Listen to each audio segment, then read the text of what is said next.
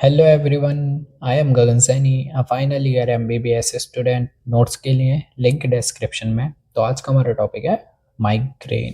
ठीक है, बहुत इंपॉर्टेंट टॉपिक है। इस ये क्या होता है, एक मिस्टीरियस डिसऑर्डर है जिसमें एक साइड, किसी भी एक साइड हमें पल्सेटिंग हेडेक देखने को मिलता है। ठीक है, जो कि कम्स इन अटैक और lasting for 4 to 8 hours. Associated किससे एसोसिएट करेगा कि भाई नोजिया भी हो सकती है और वॉमिटिंग भी हो सकती है। और इसमें सेंसिटिविटी होती है टू लाइट और साउंड, के भाई ज़्यादा लाइट दिख जाए या उसको साउंड ज़्यादा हो जाए तो उसको फिर से माइग्रेन का अटैक आ सकता है। ठीक है, ये हो गया हमारा माइग्रेन। फिर है कि भाई सीवियर माइग्रेन क्या होता है। इसमें क्या है कि पेशेंट क्या होता है कि पेशेंट सफ़र करते हैं 2 या 3, मतलब कि एक महीने में अगर उसको 2 या 3 या उससे ज़्यादा अटैक आ रहा है तो उसको सीवियर माइग्रेन की कंडीशन है। ठीक है, इसमें क्या होता है, थ्रोबिंग हेडेक होता है जो कि लास्ट करता है 12 to 48 आवर्स। ठीक है, ऑफन किससे अकम्पनी करेगा, वर्टिगो भी होंगे, वॉमिटिंग होगी और या अदर सिम्टम्स हमको इसमें देखने को मिल सकते हैं। ठीक है, अब है कि भाई हम इसको ट्रीट करने के लिए ड्रग कौन से यूज़ करें। ठीक है, उसमें सबसे पहले हम दे रहे हैं non steroidal anti inflammatory drugs. ठीक है, या बोलो एनसैड। तो इनका काम होता है जो हमारे वो रिलीज हो रहे हैं ना, प्रोस्टाग्लैंडिन, हिस्टामिन, मतलब कि एंटी इन्फ्लामेटरी। तो ये इन्फ्लामेशन जो हो रहा है ना हमारा, उसको कम कर देंगे। ठीक है, जिससे क्या होगा, सिम्प्टोमेटिक रिलीफ कम मिलेगा और ये लंबे टाइम तक हमें लेने नहीं चाहिए। ठीक है, इसके एग्जांपल आते हैं पैरासीटामोल, एस्पिरिन या डिक्लोफेनेक। ठीक है, दूसरा है हमारा एंटीमेटिक। क्यों? क्योंकि हमें नोजिया और वॉमिटिंग की कंडीशन देखने को मिलती है, तो हम इसमें और क्या दे सकते हैं, एंटीमेटिक, जो कि नोजिया और वॉमिटिंग को ट्रीट करेगा। ठीक है, और इसके एग्जांपल है डोमपेरिडोन या मेटोक्लोप्रामाइड। ठीक है, फिर है इर्गोट प्रिपरेशन। ये क्या करते हैं, ये मॉडरेट टू सीवियर माइग्रेन में हम इसे यूज़ करेंगे। इर्गोट में इर्गोटामाइन और डाईहाइड्रो इर्गोटामाइन। ठीक है, इर्गोटामाइन का मैकेनिज्म है कि ये हमारे जो है ना पार्शियल एगोनिस्ट है, ये 5-HT1B/1D रिसेप्टर के, मतलब कि 5 हाइड्रोक्सी ट्रिप्टामाइन, मतलब कि सेरोटोनिन के रिसेप्टर हैं ये 1B और 1D। ठीक है, तो ये क्या करते हैं, क्रेनियल ब्लड फ्लो जो हो रहा है उसको कॉन्स्ट्रिक्शन ऑफ डायलेटेड वेसल है।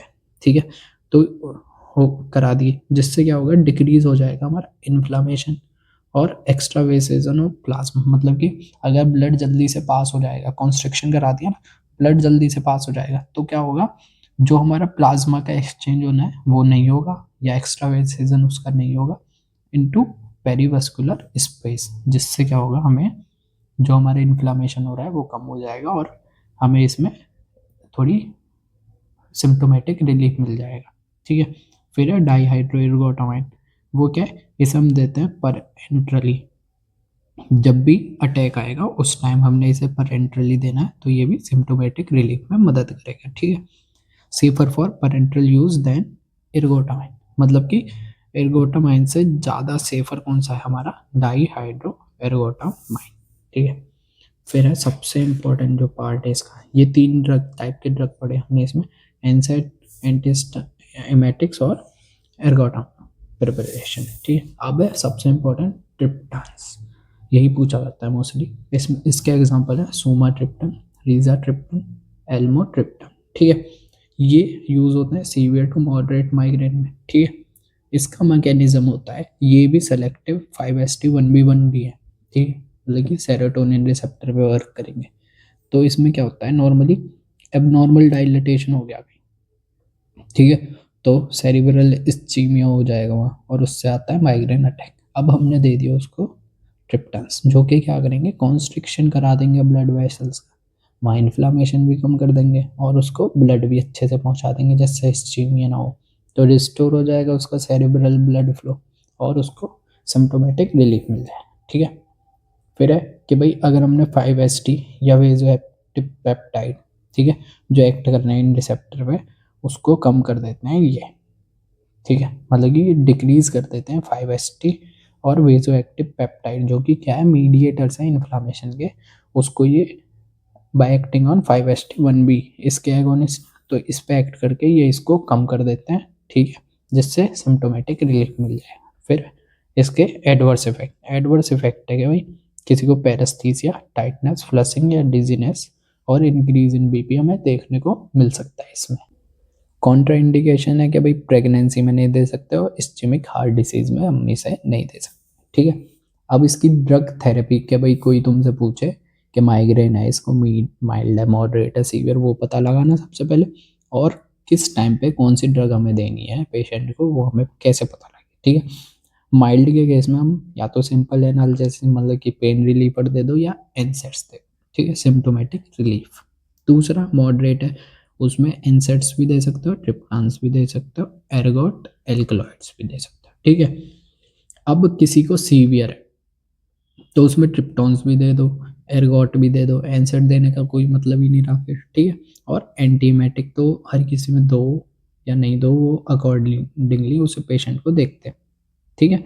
फिर अब प्रोफाइल एक्सेस के लिए इसमें हमें देने पड़ेंगे, जैसे कि beta blocker, tricyclic, anti depressant, calcium channel blocker या वेलप्रोएट। तो ये सब क्या है, प्रोफाइल एक्सेस ड्रग है कि अगर उसको नहीं भी हो रहा है ना तो भी हमें उसे प्रोफाइल एक्सेस के लिए ये ड्रग देनी पड़ेगी, ठीक है।